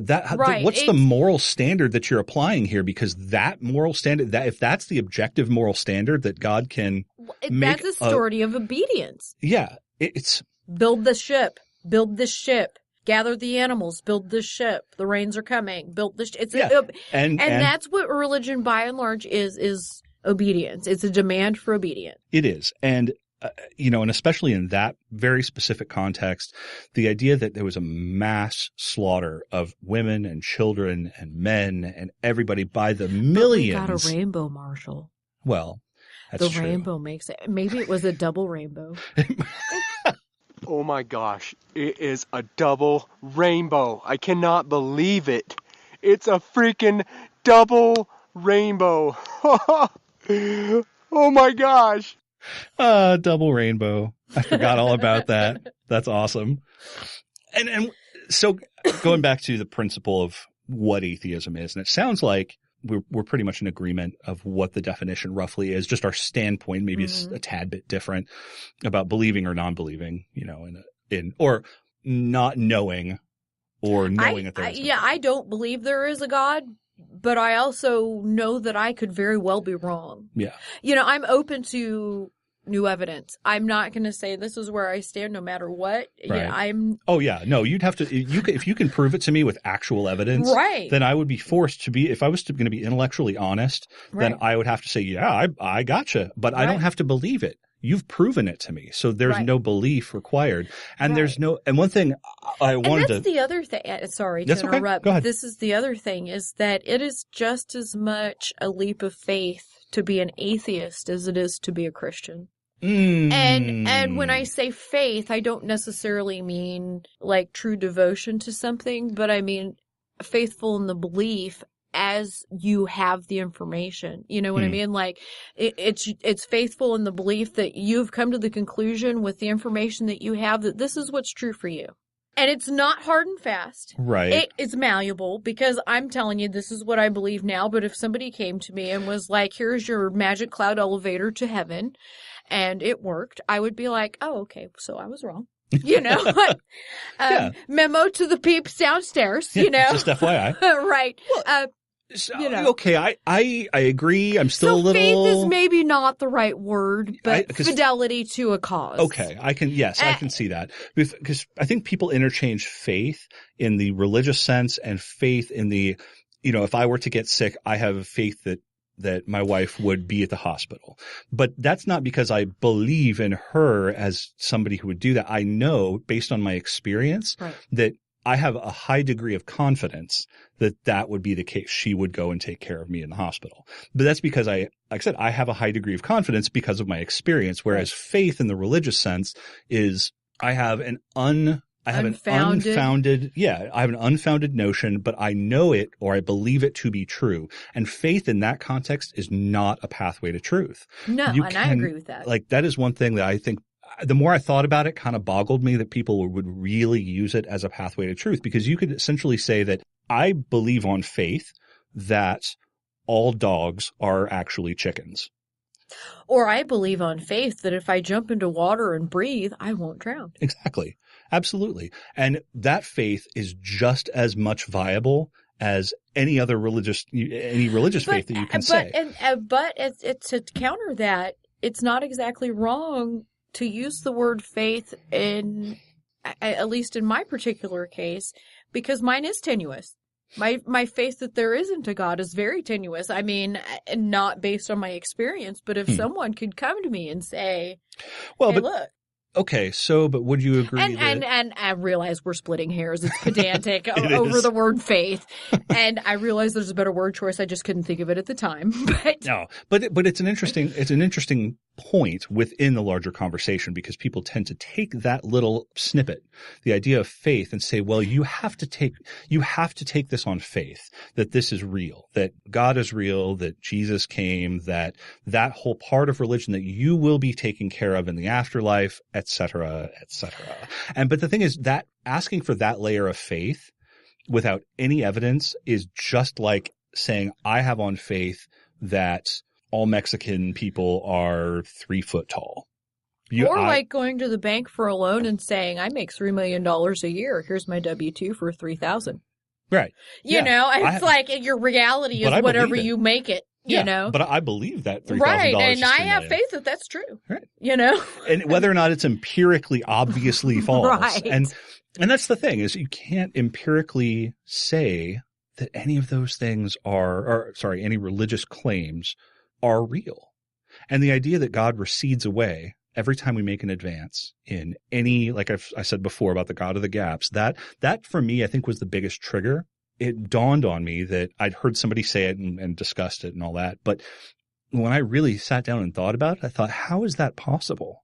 How is an all-knowing, all-powerful created being, or creator being, how is it? Well, you're not wrong with created either, well, right. That's fair debatable. Too. Yeah. Anyway. It depends on the context. You're exactly right. So, but you know, when you take that idea and then you look at scientific advancements or intellectual advancements and all of a sudden see God step back a little further, I think, how is that even possible? Because that, you would think, one would reaffirm the other if it were truth. Eventually, there really can't be any viable need for God unless it simply resolves on emotion and the idea of religious faith without any physical justification.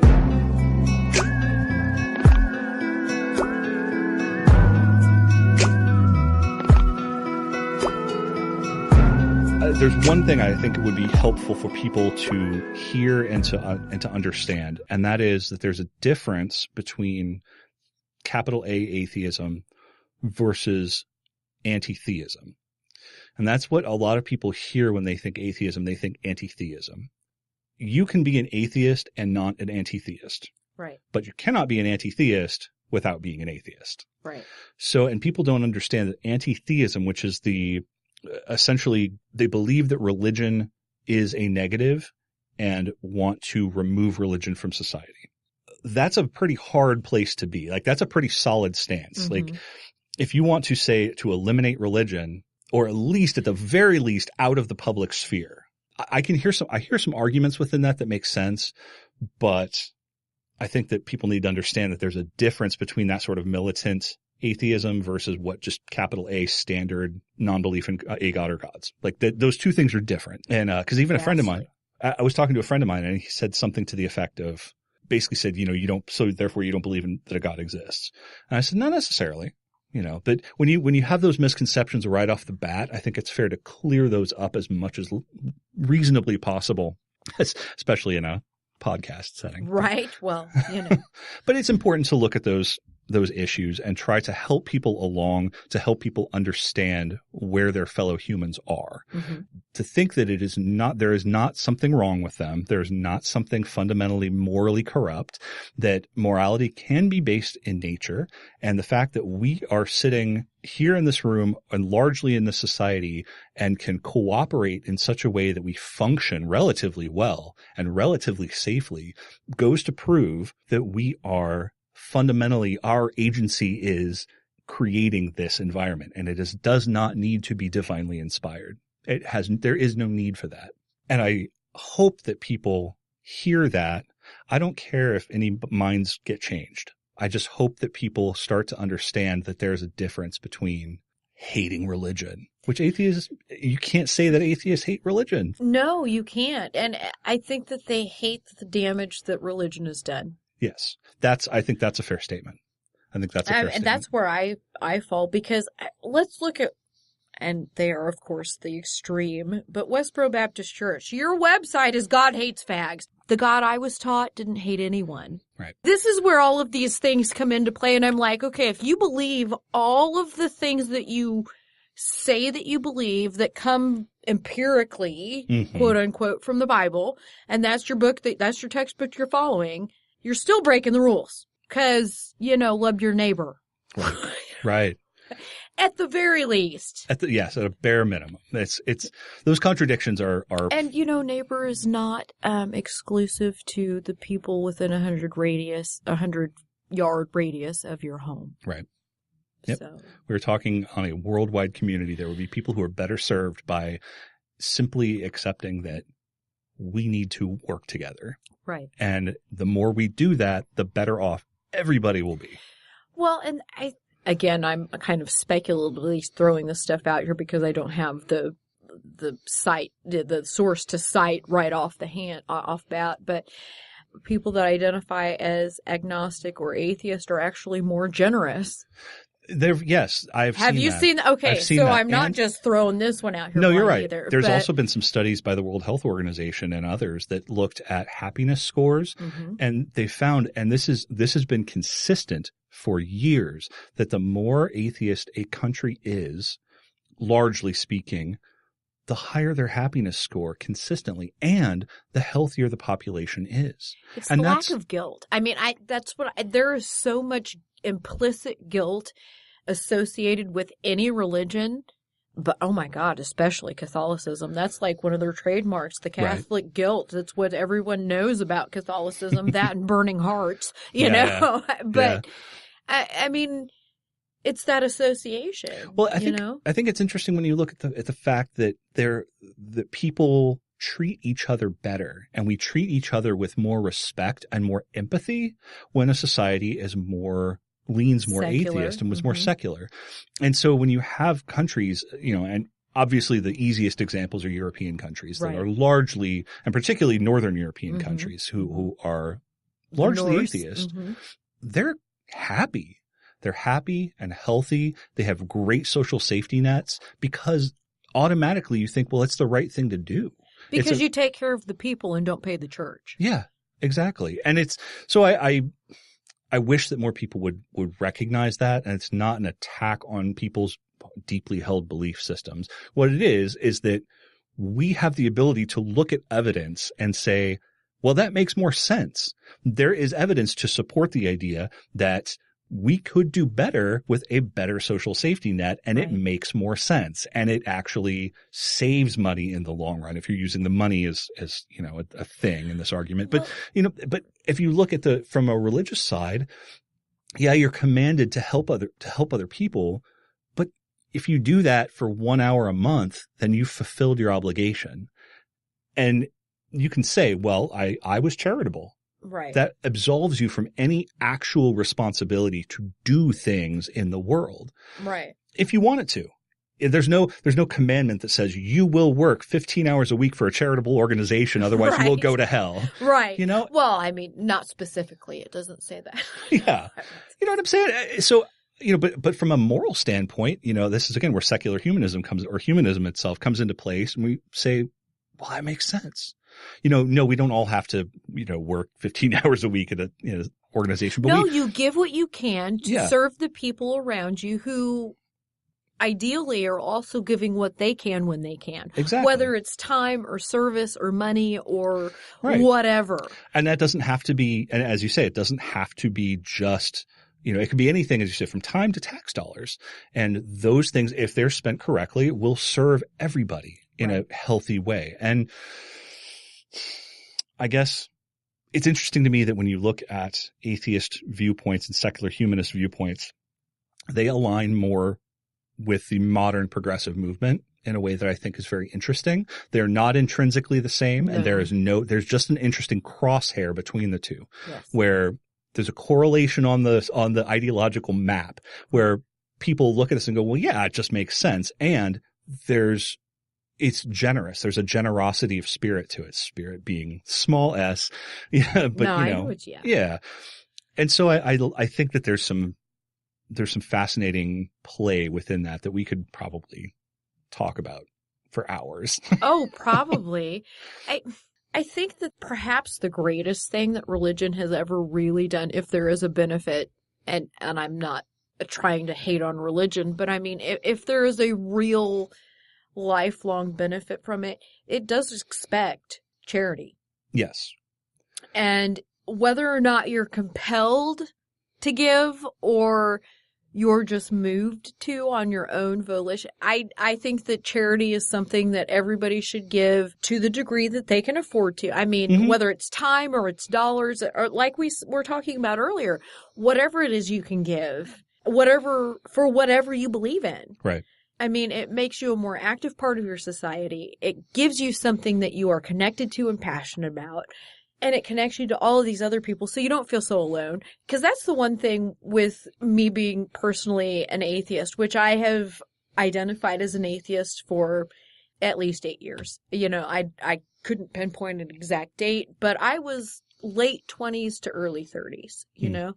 I mean, that's kind of when it all kind of crashed together, and I really was struggling with this because I was taught to believe in God. I was taught that God blesses the people that work hard and do this and all of that, and then he punishes the people that are lazy and poor, and which goes back to the prosperity gospel, which I never believed in. Money has nothing to do with Jesus. Thank you. I completely agree. I have a friend who's a pastor, and I actually asked him once, this year or two ago, and I asked him, I said, what is prosperity gospel? What is that? And he said, he kind of looked at me for a second and said, how do you even know about that? Like, that's not something people just normally ask. And I said, well, I've been doing some reading. It came across a story. I don't remember exactly what the source was.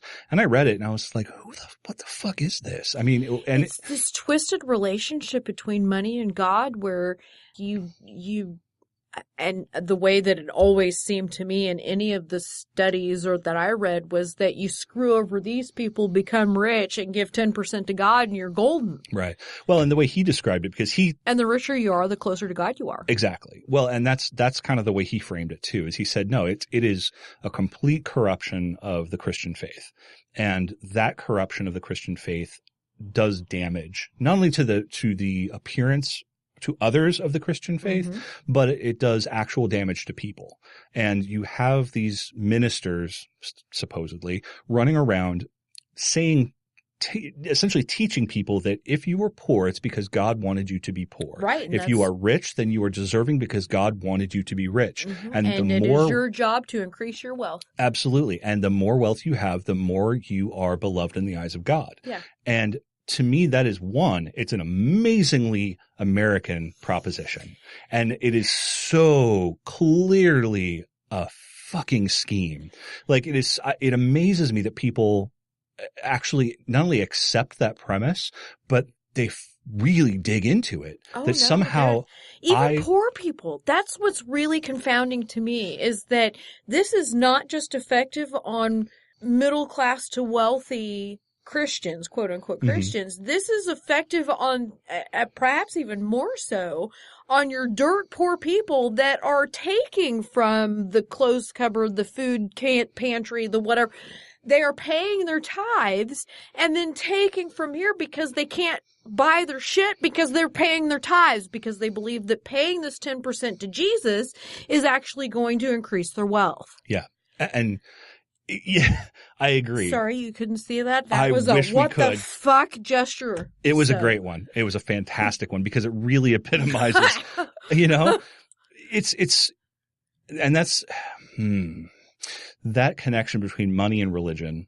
One, and this is again, a tangent of a tangent, but the one thing I think we really need to do is to revoke nonprofit status from churches. Well, I don't disagree with that, especially when you consider that most of them, and this goes back to the 501c3 stuff, most of them do not stick to the original documents that say that you cannot have a political stance. You cannot say for or against one or the other. Right. You are a minister. You are bringing Jesus and God to these people. You have no right in politics. And that is something that's the Johnson Amendment, I think, is what also helps solidify that there's supposed to be a boundary for that 501c3 rating. You have to put a hard and fast separation between, your politics and your preaching. And that line is definitely fuzzy. I completely agree with you on that. But I think that there's... Look at the NRA. I mean, they're a perfect example. They are a nonprofit. Yes, they technically. are. And they are probably the most profitable corporation. And they sponsor... in comparison in the country. And they sponsor actively political figures. Yeah, absolutely. Right. So, but in terms of the church thing, I would even be willing to say, you know what, if you are under, say, 300 people a Sunday, if your average is if you're a small country church, you know what? Go ahead and keep your nonprofit status. As long as you're holding to a certain, whatever the legal structures are, if you hold to those, that's fine. Just talk about Jesus. If you're going to be a church, and I don't care how many people you have, you should not be saying, you know what, you need to vote for this person because they're going to advance our causes. Well, you need to be talking about Jesus and how he's affecting your life and how you should be living your life to appease him or whatever the standard is. Well, but if you're also drawing millions of dollars a month because you have hundreds of thousands of followers across the world, and you're taking in giant amounts of tithes, and your ministers are living in mansions. And as I wish I could remember the dude's name, because it wasn't Ken Ham, it was the guy. It wasn't Joel Osteen. He's just a self-help. He's not even a minister. But the Colorado dude. I wish I could recall, but there was a guy talking about. It was on Jim Bakker's show, and Jim Bakker's a fucking whack job to begin with, but it was one of the people he was talking to who's also a megachurch person. Mm-hmm. I refuse to say pastor, but he's a megachurch millionaire. And he was justifying, a report had just come out that said that there were multiple private jets that had been purchased by this particular church. They had like 2 or 3 private jets for use of the minister. And it was like, the big foofara was, how can you justify buying private jets when you're supposed to be a church? And why is that money not going out to giving to the poor people? And his justification was, I don't feel free to express, if I want to fall on my knees and pray to God, that I can't do that in the coach section of a standard airline. I need a private jet to fly around so that I can continuously praise God if I want to. Did your doctor prescribe it? Apparently not.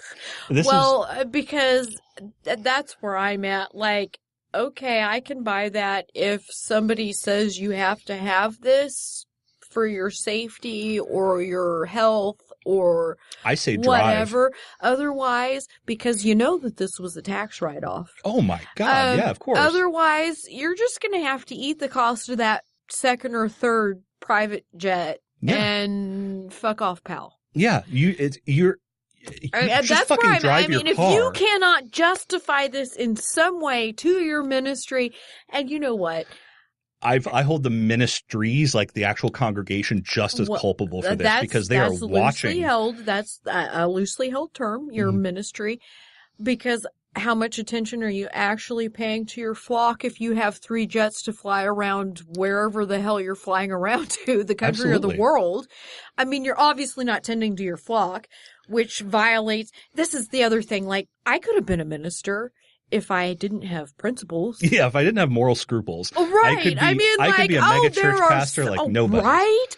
Oh my gosh, I'd have a beautiful house and a beautiful husband and a beautiful car and hell, the wife wants a pool. I could have had her 6. See, she's been talking that for a long time. So, you know, like, yeah. But I'm not saying I'm the most charismatic person on the planet, but I don't know that it takes a whole lot to convert some of these people. So right, I know, and I know what we're describing now. And I don't mean anybody that is. I'm not trying to make anybody sound unintelligent. It's just that there are some people that are so entrenched in the religious dogma.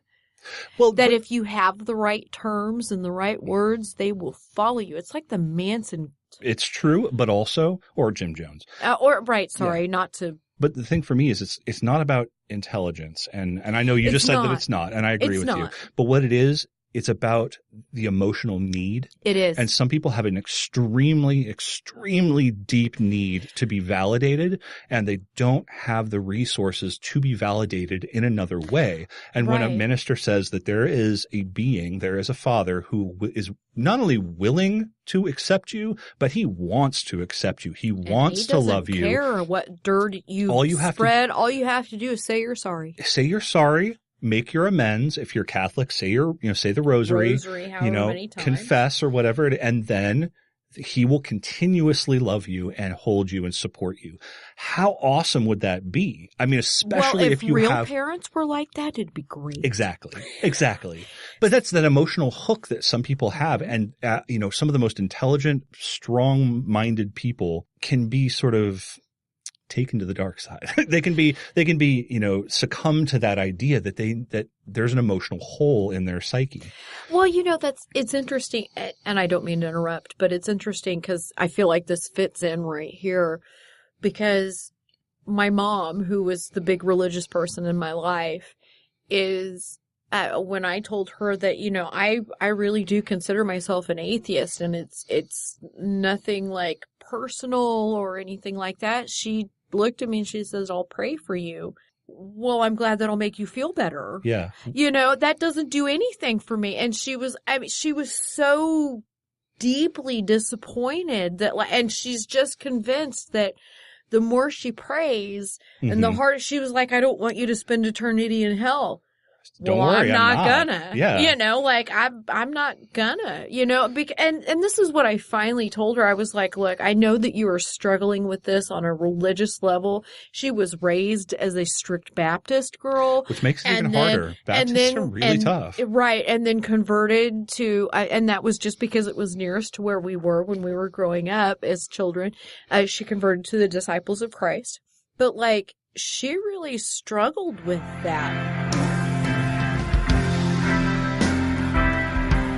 Well, okay, so going back to the idea of intercessory prayer, which your mother said that I will pray for you, and which interestingly is just it's a mechanism for her to feel better, right? And that's okay. I mean, I would say you pray all you want. Yeah, I did, and I was like, you do what you need to, but it's not going to do anything for me. It's not doing me any service, right, or harm. But it's making her feel better, so therefore it's okay. But what I think it's fair to point out, and I wouldn't do it to somebody who is in crisis, or even small crisis, but the intercessory prayer has a statistical likelihood of less than random in terms of working. There's study after study after study has shown that intercessory prayer does nothing. It does not work. And it actually works less than the statistical average of random events happening. Right. I mean, that to me is almost mind-boggling, because you're looking at something that should at least be on the average of the 50% coin toss. Especially if it's intention-based. Right. And that's the thing. That's one of the arguments is what you put out there, what you want to happen, what actually happens. Is that an act of God, or is that intention-based? Well, do we have that power of our own? Well, but interestingly, a lot of these studies were following that idea, is that they weren't looking at people like, okay, well, here, Bob, whether or not you're Christian or whether or not you're religious, we're going to take you pray for something and let's see if it happens. It's actually getting people who are deeply religious and saying, we're going to do a study about prayer as sort of a blind study and have them, something important, have them actually have the intention of having good outcomes happen for these people or that system or whatever it is. Right. And it doesn't happen. Right. Every time.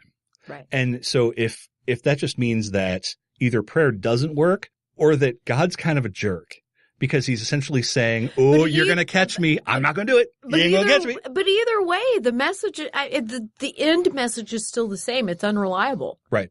You cannot count on this no matter how much faith you put into it. And intellectually, that's where I come down to, like, when I have these discussions with my mom with the intercessory prayer, and she's recruited one of my children, and I'm like, really? I don't need a lecture from my child about going to hell, because I'm not going to go to hell. Because I'm telling you, if there's a God, and again, this is just my beliefs, no empirical science to back me up, but if there's a God, I'm pretty sure that he likes well-intentioned atheists better than bad Christians. I think that is that's a damn fine way of putting it, because you're exact. I 100% agree with you. Don't.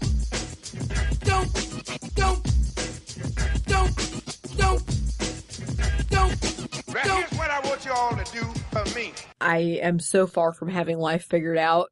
I wouldn't even pretend otherwise, but the one thing I do know is that everything is on a scale. And whether you want to put it on a scale of color to, from black and white to the gray in the middle, or the scale of right and wrong and where that blurry line is, because there's always a blurry line. If you are intellectually honest with yourself, there is always a blurry line where you have to go, okay, this is how I feel about this, but if I were in this particular situation with these circumstances, would I actually do that? It's questioning your own truth and validating it. Right. And I think a lot of people are afraid to do that, because if you question all that you ever knew and find it lacking, where do you go? It's a very good point. There's no answer to that. Yeah. You either extreme one way or you extreme the other. Right. I mean, because obviously the status quo no longer works. Right. At this point, I want to make me a regular guest. Well, I think that needs to happen. I'm so down with that. I think we definitely need to do this more often. But I'd like to say two things. One, if anybody is listening to this is feeling triggered or defensive about their religious convictions or even their stance on religion in general, then I encourage you to just think about that for a little while, because what we have been saying is not directed at any one person. And so if you take that personally, I think it's important for you to look at your belief system and either identify with it and start working towards solidifying it, or start questioning. I would say both. You should start questioning it no matter what, but you should definitely question it and determine whether or not that belief system is actually true for you. And there's nothing wrong with it not, if that's what you find. Absolutely. There is exactly right. There is nothing wrong with discovering that you don't really believe the things you think you believe, or the things that you thought you believed, or the things you were told to believe as a kid growing up. It's okay to question those beliefs, and especially to those people who are already atheist or already kind of heading down that path. The last thing you should do is berate or attack people who are on the religious side, who are just attempting to make their life better. There's nothing wrong with believing. It's the actions that you take with that belief that's the problem. And if people want to believe in a god, or, an animist thing, or a spiritual thing, or if they want to be Shinto and believe in the kami or whatever it is, they're trying to better their lives. It's where they take that belief into the public square that becomes an issue. And that's where we can push back and cause some boundaries to be put between our secular society and religious dogma. But until they hit that point, be kind, be courteous, have conversations, debate if you want to, if these people are willing, but do not make fun of them to the best of your ability. And sometimes that's difficult, especially when you're talking about things that are fundamentally ridiculous, like we've discussed with prosperity gospel and mega churches and things like that, where even a lot of religious folks look at that and think it's ridiculous. That's probably fair game. Now, the second part is that I'm inviting everybody who's listening. I want to hear what your experience is. You can be anonymous. You can say your name. I just want to hear what your experience with either your religion, your conversion, your deconversion, or your fundamental atheism, whatever it is. I want to hear what your stories are, and I want to translate that over to the next show. And so what I'd like to have you do, if you're willing, I want to hear your voicemails. I want to get your emails sent to realjcshow2017@gmail.com or at realjcshow on Twitter. Just send whatever information you are willing to share, and I want to put that out so people have a human face to the conversation that Kate and I have been having. If you're interested, please send me the information that you want to share. Again, that's realjcshow2017@gmail.com or at realjcshow on Twitter. And if you have my phone number, you can always just call me personally, and that's perfectly fine. And I will not be giving that information out here. What, Marshall? I know. No doxing. Not that brave. Not that brave. Don't blame you. That smart. Just that smart. Yes. Well, So thank you all for listening to this episode of the James Chambers Show with our guest host, Kate. We very much appreciate her. Loved it. It was a ton of fun, and I want to do this again sometime. And I hope that you found this interesting. Please leave comments in the email I've said. Hit me on Twitter. And until I talk to you next time, I hope you're well. Thank you very much. Thanks for listening.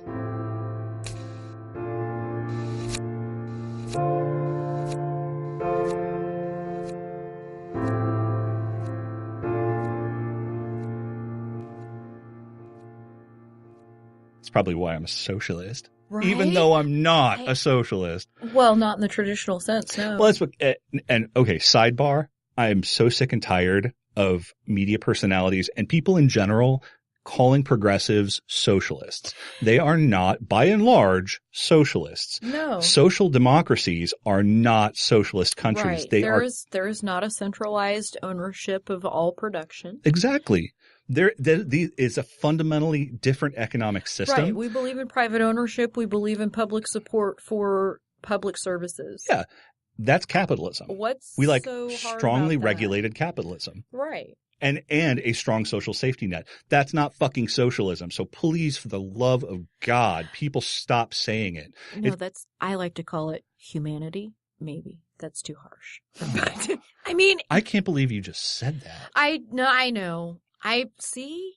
Way left wing. I'm going to have to put a disclaimer on the front end of this episode. Censorship. You should put a warning out for not suitable for people that don't understand human decency. Oh, man. Oh, my gosh. I'm sorry. That's okay.